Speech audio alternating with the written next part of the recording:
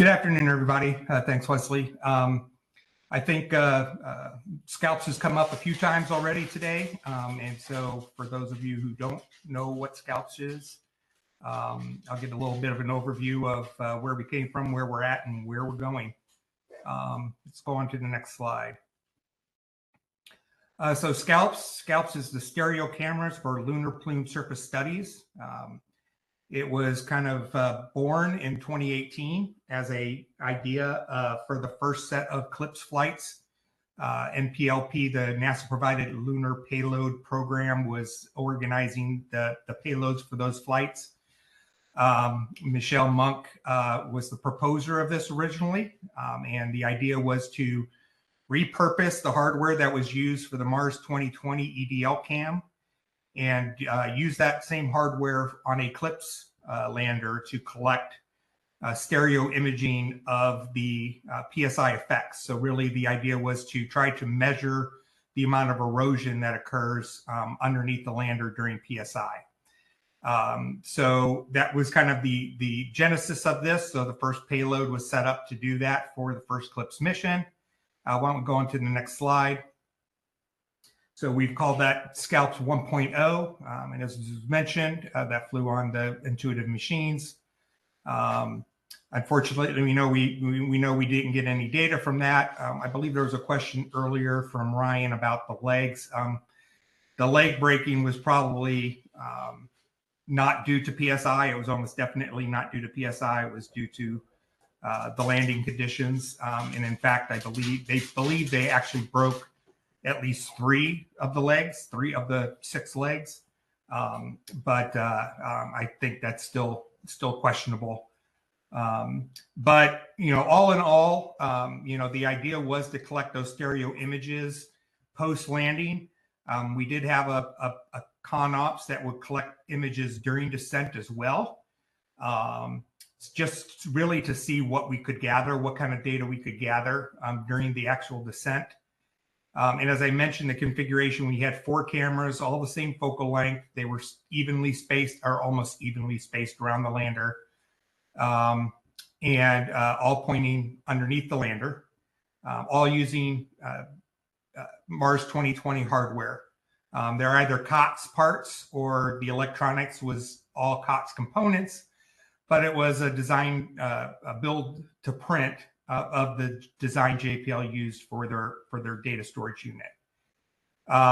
As you can see, we delivered the payload very early on, way back in 2020, but we didn't get integrated to the lander until last August and flew in February. Okay, next slide. So I touched upon this already. Everybody probably aware. The landing was not successful. We were unable to collect any PSI data during descent or post-landing. Post-landing, obvious, because we weren't pointing at the ground. But during descent, due to the anomalies that were occurring on the lander, we were actually never powered on and never triggered to start collecting data. It does appear as though we were actually powered on and probably powered on at the correct time. It was a timer that was used on the lander to power us on, but that happened after we were already on the ground. So we lost that data. However, we did survive. We survived launch. We survived the checkout, the transit. We survived the landing, and after about 5 days on the surface, we were able to power up the payload and collect images. So, of course, the images weren't very interesting, but we were at least able to show that the hardware was behaving as we were expecting it to, particularly given those conditions. So we were very happy with that. We were happy to see that the payload was able to operate and gives us a lot of confidence going into our next payload. Just go to the next slide. So we call this SCALPSS 1.1. And it's due to fly later this year on the next CLPS, the 19D flight with Firefly Aerospace. Same objectives as the 1.0, same hardware. But one thing we did do was we added, we added 2 cameras. We went from 4 cameras to 6. The idea that those 2 extra cameras would be focused on actually trying to collect images of stereo images of the landing area prior to the onset of PSI. So we wanted to get a really good, accurate pre-PSI image that we could compare against the post-landing to get a much better estimate of the amount of erosion that occurred. We also, one of the other oddities, or not oddities, but differences between this lander and the IM one was that IM descended on one single engine while the Firefly lander descends on 8 smaller engines. And so because of that, we're focusing our cameras in on what we call the north pair of thrusters. So we're really just looking underneath those to get the main bit of data. We do have some other cameras that are actually capturing data underneath all of the thrusters, but our main area of focus is really underneath that north pair. So one thing we did figure out or determined once we built and delivered this payload was that we essentially maxed out its capability of the data storage unit. Again, this wasn't designed for this type of data collection. And so we really found that we maxed out its capability for actually writing image data. And so we knew that this was probably as good as we were going to get with the Mars 2020 EVL cam hardware. So you can see we did deliver this about 2 years after the 1.0 payload. We integrated to the lander earlier this year, and we're getting ready for launch, hopefully by the end of the calendar year. See, next slide.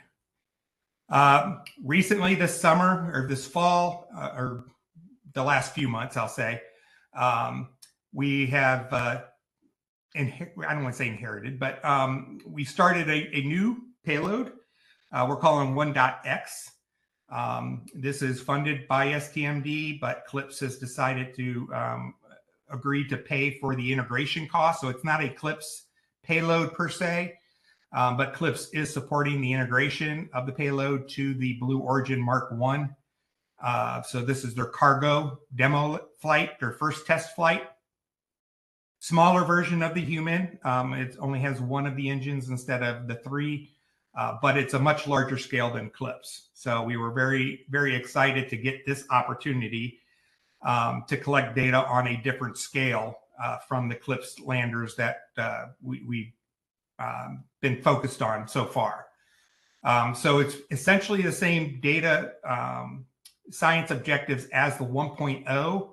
Due to mass constraints, we weren't able to carry all 6 cameras, so we're just carrying the 4 and focusing on the post-landing imaging. But really the idea here was it was a very fast turnaround. The ATP was in July, and we're trying to deliver this hardware by the end of the calendar year. So very rapid. We're utilizing a lot of flight spare hardware from 1.0 and 1.1 in order to do that. But we're really looking forward to collecting data, and the hope is that this will fly likely in the March to May timeframe of next year, what the current target is. Next slide. So as I mentioned with 1.1, we kind of maxed out what we thought the capabilities were of the old hardware. So we have SCALPSS 2.0 that we're developing, which is really kind of the next generation. It's the electronics are being built using, a lot of the same fundamentals as the data storage unit from the earlier payloads, but we're really optimizing the design in order to be able to capture and handle the amount of data we'd like to collect from these imagers. So this is a new development. We're using new cameras, improved cameras, and a lot of new aspects to this. One of the ideas here also is we will be carrying our own illumination system, either a laser dot grid projector or a passive reflector or both. And this will be used is not only to help with the photogrammetry near the South Pole, but also to hopefully be able to take some measurements of the actual ejecta sheet. And so we're looking forward to seeing how that works. We've done a lot of laboratory work for that, and they've been promising. So we're looking forward to that. So we're targeting this for the second test flight of the Mark 1. We don't have a very, dates aren't really set yet. They're targeting this to be probably 9 to 12 months after the first flight. So we're imagining it's probably early to mid 2026. But we already have begun this development of this payload, including the electronics. We've done a lot of the camera testing as well. Let's see. So next slide. So moving forward, the idea has always been to expand upon just these erosion measurements with SCALPSS and have a capability to tie in other sensors. We tried this in FY23 with a project called SCALPSS PSI Mini Suite, or some may remember it as Plumes. But unfortunately, we lost funding for that coming into this year. But we are pushing to have that funding restored in FY25, especially under the new STMD structure. So really the idea here is the electronics that we're building for SCALPSS 2.0. We're building those purposely to be very flexible, very expandable, a lot of different interfaces, a lot of different interface types. And so the idea is, we call it the mini suite electronics. It is really, the idea is to have a centralized avionics or payload command and data handling system that could handle multiple sensors of multiple different types in multiple different configurations. And so a lot of work has been going on with development of that, the mini suite electronics. Certainly, we think SCALPSS 2.0 will be involved in the first instrument suite, but there are other sensors that we're interested in looking at as well. I think if you go to the next slide. So as I mentioned in FY23, when we were looking at the plumes, we had, in addition to SCALPSS, we had 3 other sensor suites or sensor measurements that we were looking at. At the time, those were the Lunar Lander Base Instrumentation, we called LIBI. That essentially was taking pressure, temperature, and heat flux measurements underneath the lander during descent to get an idea of what the induced environment actually is. And that was managed out of Langley using a lot of the technology and sensors from the Medley hardware. There's a particle impact event sensor from Glenn that would be used to measure velocity or energy of the particles.